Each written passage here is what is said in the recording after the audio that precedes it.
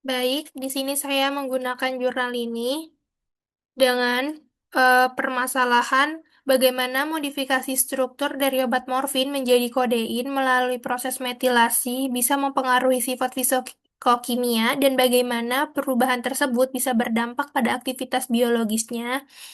Di sini dijelaskan bahwa meskipun memiliki banyak efek samping, opioid ini tetap penting untuk penanganan nyeri akut dan juga nyeri yang kronis akibat kanker ataupun non-kanker. Namun, opioid ini bisa mengganggu pembentukan ritme pernafasan yang normal dan bisa secara negatif bisa mempengaruhi lingkaran kemorefleks, pusat, dan perifernya, yang dimana ini bisa berpotensi untuk menyebabkan suatu depresi pernafasan yang bisa mengancam jiwa di mana efek pernafasan ini terkait dengan ikatan opioid pada reseptor MOR atau M-opioid di dalam jaringan pernafasan, yang dimana itu bisa menampung kemoreseptor perifer. Kemudian di jurnal ini dihubungkan bahwa salah satu obat dari opioid itu contohnya adalah morfin, yang dimana perubahan struktur antara morfin dan kodein itu bisa memberikan efek yang berbeda.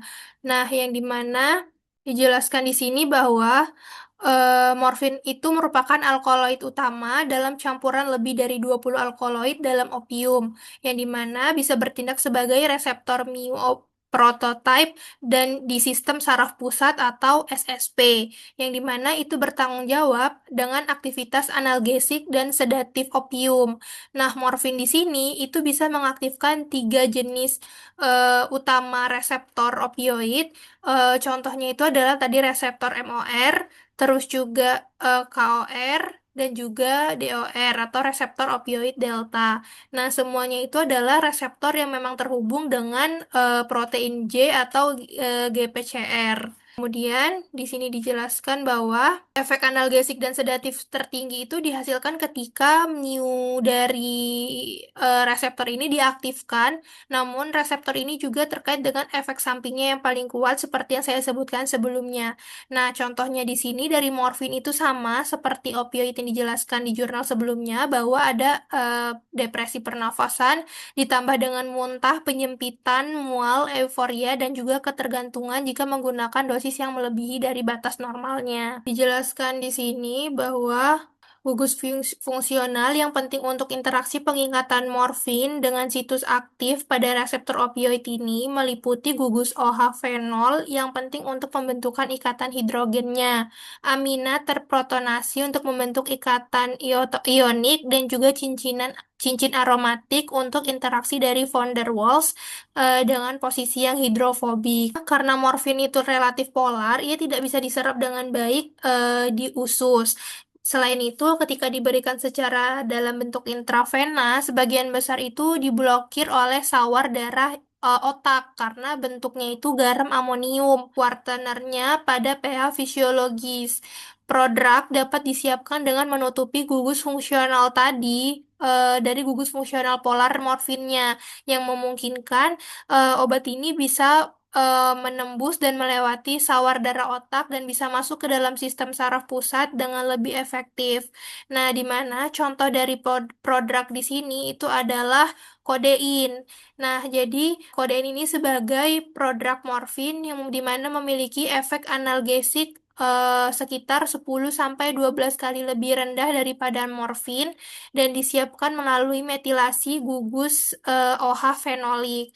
Jadi sebagian besar kodein tadi itu di metabolisme di hati menjadi bentuk glukoronidase dan sekitar 10% itu menjadi bentuk morfin melalui O-demetilasi dan juga dibentuk oleh jalur CYP2D6 yang dimana mengkodekan enzim sitokrom P450. Terdapat juga dua metode lain yaitu metabolit lain seperti kodein 6 glukoronida dan juga norkodein. Ini merupakan struktur dari morfin dan kodein. Saya menggunakan jurnal ini Morfin ini menghasilkan sejumlah metabolit pada manusia melalui berbagai jalur metabolisme. Metabolit morfin yang paling penting itu adalah M3G dan juga M6G yang terbentuk melalui glukoronidasi yang dikatalis oleh uridin 5 UGT di hati, yang dimana memetilasi 3O morfin yang menjadi bentuk kodein yang bergantung pada SAM dapat terjadi di hati, paru-paru, dan ginjal. Morfin ini diubah menjadi bentuk kodein dengan metilasi gugus 3 hidroksil fenolik oleh aril trimetilanomium hidroksida atau dengan menggunakan metode Rodionov. Pada struktur ini terdapat perubahan strukturnya, yang dimana di morfin di sini ada gugus OH atau hidroksil fenol di C3-nya. Nah, sedangkan di kodein, ini gugus tersebut berubah menjadi OCH3 atau metoksi. Kedua ini disebut reaksi metilasi. Nah, sehingga gugus fenolik yang OH ini di morfin itu dimetilasilah menjadi bentuk OCH3 yang ada di kodein. Nah, di mana gugus OH ini penting untuk ikatan hidrogen dengan reseptor, jadi bisa menentukan aktivitas biologisnya.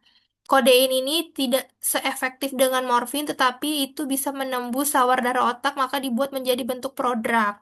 Penggantian OH menjadi OCH3 pada C3 itu sebenarnya bisa menurunkan afinitas pengikatan langsung ke reseptor mioopioidnya.